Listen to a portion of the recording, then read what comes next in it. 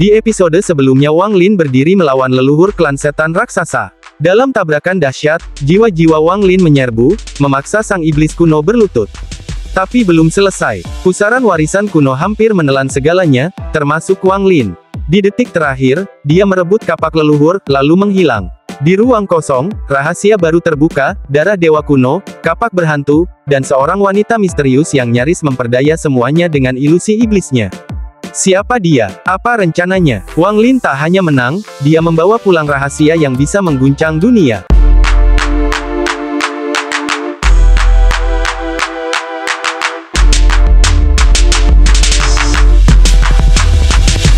Di dunia kultivasi yang keras dan penuh tipu daya, pesona adalah senjata yang mematikan. Perempuan itu, dengan domain yang bisa membelokkan kehendak lelaki paling kuat sekalipun, bahkan membuat leluhur Giant Demon Clan hanya mampu menyegelnya alih-alih membinasakannya.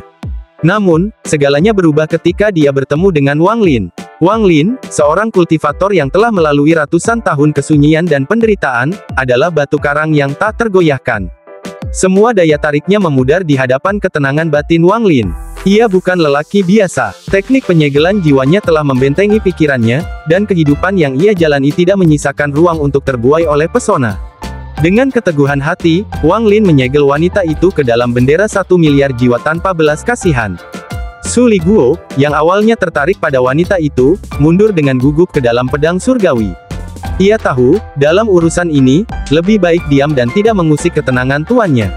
Namun dunia tidak melulu keras. Di tengah semua ini, pagoda kuno terbangun dan membuka pintu pada dua makhluk kecil yang lama terkurung, Zouru dan si harimau iblis, Little White. Begitu keluar, Zouru langsung cemberut, "Paman jahat. Aku tidak suka paman lagi." Little White, makhluk buas yang dulu ditakuti, kini hanya seekor harimau lapar yang hampir menangis karena kelaparan. "Aku harimau iblis, tapi selama berbulan-bulan aku hanya makan buah. Bahkan baunya pun membuatku muak." Wang Lin mengusap hidung, malu. Ia sudah lama tidak butuh makanan, hingga ia lupa bahwa seorang anak seperti Zouru masih butuh makan. Zouru merengek, "Paman, kita harus makan daging. Aku bahkan mimpi tentang kakak perempuan yang selalu bersamamu." Kata-kata polos itu membuat Wang Lin gemetar. Zouru mulai menangis. Dengan suara gemetar, ia berkata, "Paman, ada orang kecil di dalam diriku. Aku takut." Wang Lin membeku. Ia tahu siapa orang kecil itu, Limuan, kekasihnya, yang jiwa bayinya ia tempatkan ke dalam tubuh janin perempuan itu bertahun-tahun lalu. Tapi, bagaimana jika saat itu janin itu sudah memiliki jiwanya sendiri? Bagaimana jika ini bukan sekadar wadah? Bagaimana jika ini dua jiwa yang harus bertarung demi satu tubuh? Kalau begitu, satu akan lenyap, gumam Wang Lin, hatinya seperti ditusuk ribuan jarum. Tapi Zouru hanya menatapnya dengan mata penuh kepercayaan. "Paman tidak berbohong padaku, kan?" Air mata Wang Lin jatuh. Ia tahu apa yang harus ia lakukan, tapi untuk pertama kalinya dalam hidupnya, ia tidak ingin memilih. Zouru memeluknya erat dan berkata, "Paman, jangan tinggalkan aku." Untuk menghiburnya, Wang Lin membawa Zouru keluar dari pagoda, menjelajahi bulan yang sunyi dan dipenuhi pegunungan. Di sebuah hutan terpencil, mereka menemukan seekor harimau ungu raksasa sepanjang 30 kaki. Meskipun tidak cerdas seperti Little White, kekuatannya menakutkan, setara dengan kultivator core formation. Dengan mudah Wang Lin menaklukkannya dan menjadikannya peliharaan Zouru. Bocah itu menamainya, Little Valet.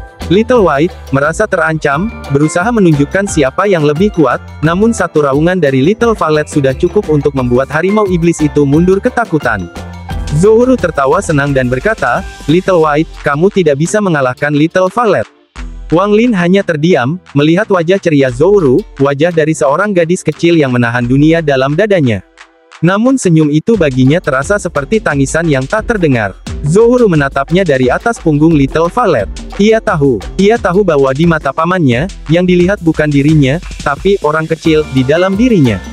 Dalam hati, ia bersumpah, "Paman, suatu hari nanti, aku akan tumbuh menjadi gadis yang lebih cantik dari siapapun.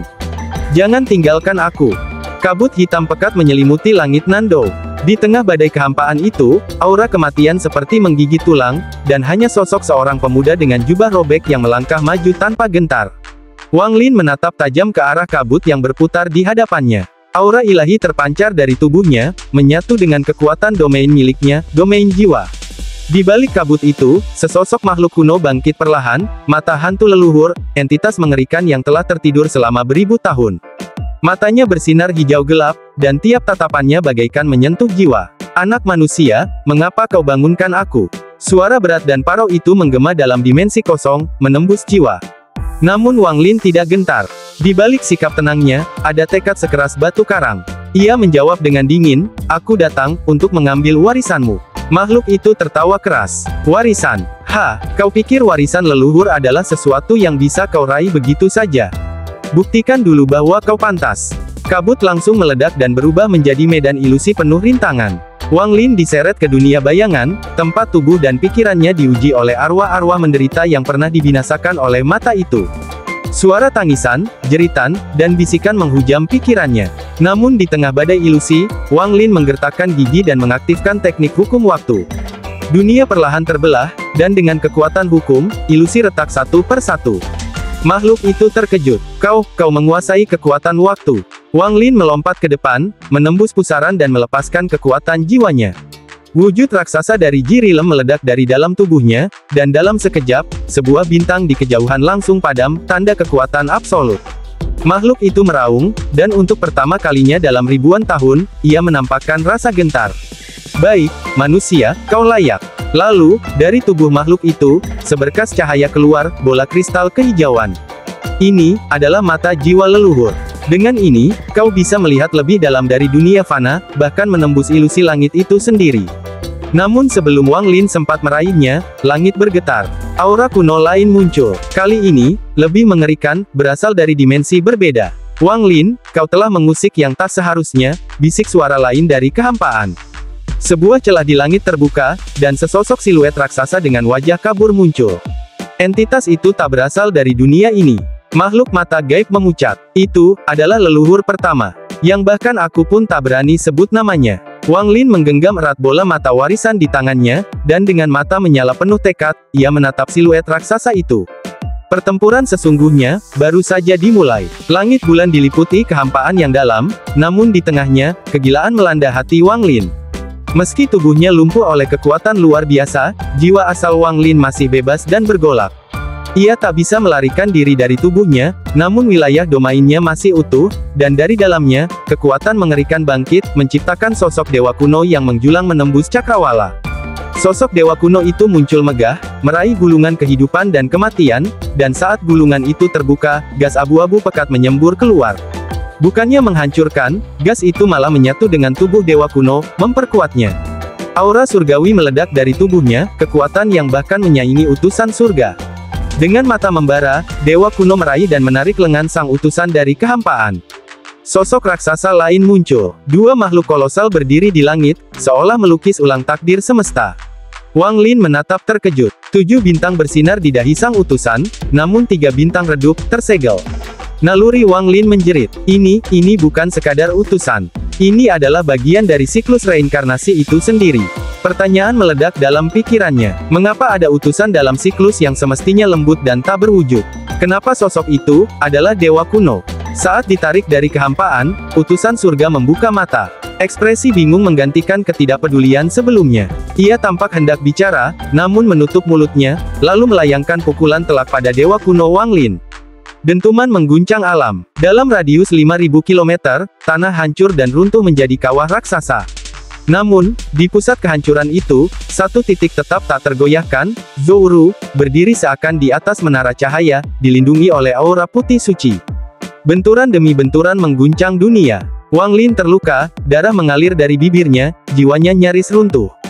Namun dia tidak boleh kalah, bukan saat ini. Jika aku mundur, Limuwan akan musnah. Dengan ledakan kekuatan, ia membebaskan tubuhnya dan menerjang. Tinju Wang Lin menghantam utusan surga, mendorong makhluk ilahi itu mundur. Mereka bertarung, manusia melawan dewa, kehidupan melawan reinkarnasi. 4 dari 7 bintang di dahi sang utusan menyala. Ia adalah dewa bintang 4 kuno. Namun ia berbicara, kali ini dengan suara asing, bahasa dewa kuno yang tak dapat dipahami oleh manusia biasa. Kau, bukan bagian dari klanku. Tapi Wang Lin balas berteriak, juga dalam bahasa dewa kuno. Tak peduli aku dari klanmu atau tidak, kau takkan kuizinkan menyentuh Limuwan. Serangan kembali bergema, dan Zouru terus bersinar semakin terang. Lalu suara lembut yang telah hilang selama 19 tahun terdengar. Wang Lin, kau berbohong padaku. Suara Limu Wan. Wang Lin terpaku, matanya membelalak penuh kesedihan. Cahaya putih meledak, dan jiwa Limu Wan muncul, terdorong keluar dari tubuh Zouru.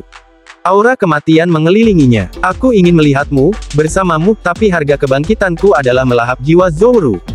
Aku tak tega. Dia seperti anakku sendiri. Maaf, Wang Lin. Limu Wan memilih mati. Dia mendorong keluar jiwa Zouru dan menghentikan proses pengambil alihan. Namun, tubuhnya mulai runtuh, perlahan dimakan hukum langit karena melanggar keseimbangan. Wang Lin buru-buru meraih tubuh Zouru, menstabilkan jiwanya. Limu Wan memandangnya lembut, seperti 19 tahun lalu. Berjanjilah, jaga dirimu baik-baik. Tangan Limu Wan menjadi transparan saat hendak menyentuh Wang Lin. Dengan sedih, ia menatapnya. Zouru hanyalah anak kecil, jangan salahkan dia. Ini pilihanku. Namun saat itulah, utusan surga kembali menyerang, mengacaukan roda reinkarnasi dan mencoba menarik jiwa Limu Wan. Tapi Wang Lin menatapnya tajam. Kau bukan hukum langit sejati, dan bahkan jika kau, tanpa izin dariku, kau takkan membawanya pergi. Dia memanggil manik yang menentang langit, dan dalam sekejap, jiwa Limu Wan diserap olehnya dan menghilang dari jangkauan roda reinkarnasi. Utusan surga menatap Wang Lin terakhir kalinya dengan mata bingung, dan lenyap, bersama awan dan roda abadi itu. Wang Lin berdiri, menatap kehampaan, dan tertawa. Tawa gila yang penuh luka dan duka. Aku bertarung melawan surga, 2 kali melawan siklus reinkarnasi, tapi pada akhirnya, kehendak langit mempermainkanku. Ia mengembalikan jiwa Zouru ke tubuhnya, lalu terbang ke langit, meninggalkan hanya gema tawanya yang hancur. Di bawah, Little White muncul, anjing kesayangan Wang Lin. Ia menjilati wajah Zouru yang tertidur dan penuh kasih membawa gadis kecil itu pergi. Beberapa waktu berlalu, di bulan yang sunyi, muncul seorang gila. Rambutnya berantakan, matanya kosong namun penuh amarah. Tiap binatang yang menghalanginya, mati tanpa ampun. Kehendak langit, aku dikalahkan bukan oleh kekuatanmu, tapi oleh permainanmu.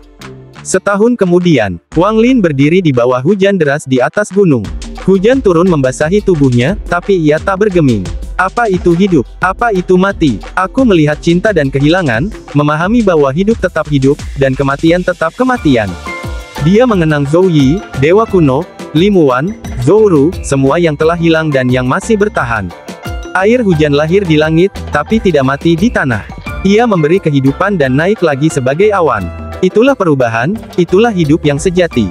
Akhirnya, jiwa orang tua Wang Lin muncul, tersenyum, lalu pergi ke dunia lain. Mereka tidak mati, hanya melanjutkan perjalanan mereka. Dan Wang Lin, ia berdiri sendiri. Tapi di hatinya, cahaya pemahaman baru menyala. Di tengah langit malam yang senyap dan berselimut bintang, perjalanan seorang gadis muda bernama Zouru berlanjut. Dengan mata yang penuh tanya, ia menelusuri dunia luas demi menemukan seseorang yang amat ia rindukan, pamannya, Wang Lin. Di puncak gunung yang sunyi, di tengah lingkaran yang dipenuhi batu giok langit, duduk seorang pria dengan tatapan penuh tekad. Wang Lin, sang kultivator legendaris, tengah memusatkan semua kesadarannya, berusaha menembus batas akhir tahap formasi jiwa. Tujuannya, transformasi jiwa, sebuah puncak kekuatan yang hanya bisa digapai segelintir makhluk di dunia ini. Tempat di mana domain seseorang menjadi nyata dan energi spiritual yang diserap berasal langsung dari langit. Namun jalannya tidak mudah. Pertempuran itu seperti api melawan air, tak ada kompromi. Energi spiritual biasa mulai terdesak, kalah dalam kualitas, meski menang dalam jumlah. Tapi Wang Lin, tidak menyerah. Ia memilih jalan yang jauh lebih sulit. Bukan membuang energi lama dan memulai dari awal, melainkan memurnikan setiap tetes energi dalam tubuhnya hingga setara dengan kekuatan surga. 3 bulan pun berlalu, ratusan giok langit berubah menjadi debu. Tapi ia, baru menyelesaikan 1% dari transformasinya. Tak heran, hanya segelintir yang bisa mencapai tahap ini, bisiknya, menatap giok-giok yang hancur. Wang Lin berdiri, tekad membara dalam tatapannya. Aku, harus mencuri giok langit dari sekte lain kalau perlu. Aku harus mencapai transformasi jiwa. Di sisi lain bulan, Zouru duduk di atas Little White, sambil menggigit buah dengan wajah masam. Paman, kemana sih perginya? Gumamnya kesal. Tiba-tiba, suara yang familiar memanggil namanya. Little Ruer. Zouru membelalak. Ia menoleh, dan di sana, berdiri sosok yang amat ia kenal. Paman, serunya, berlari dan melompat ke pelukan Wang Lin.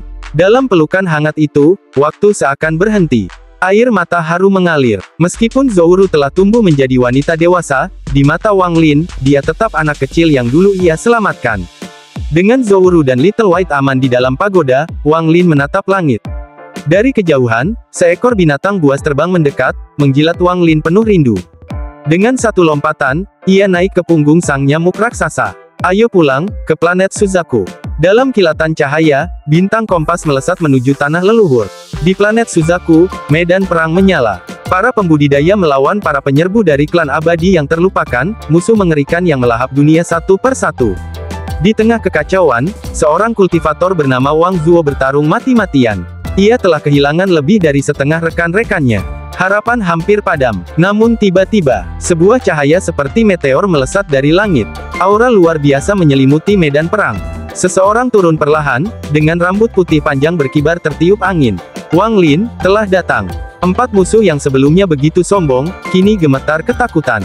Aura Wang Lin menyelimuti mereka seperti dewa maut. Transformasi jiwa. Jerit salah satu dari mereka sebelum melarikan diri. Tapi sudah terlambat. Binatang nyamuk muncul dan dalam sekejap, musuh-musuh itu dilahap tanpa ampun. Wang Zuo berdiri terpaku, tertegun. Senior, kau adalah Wang Lin yang dulu di Gunung Hang Yue.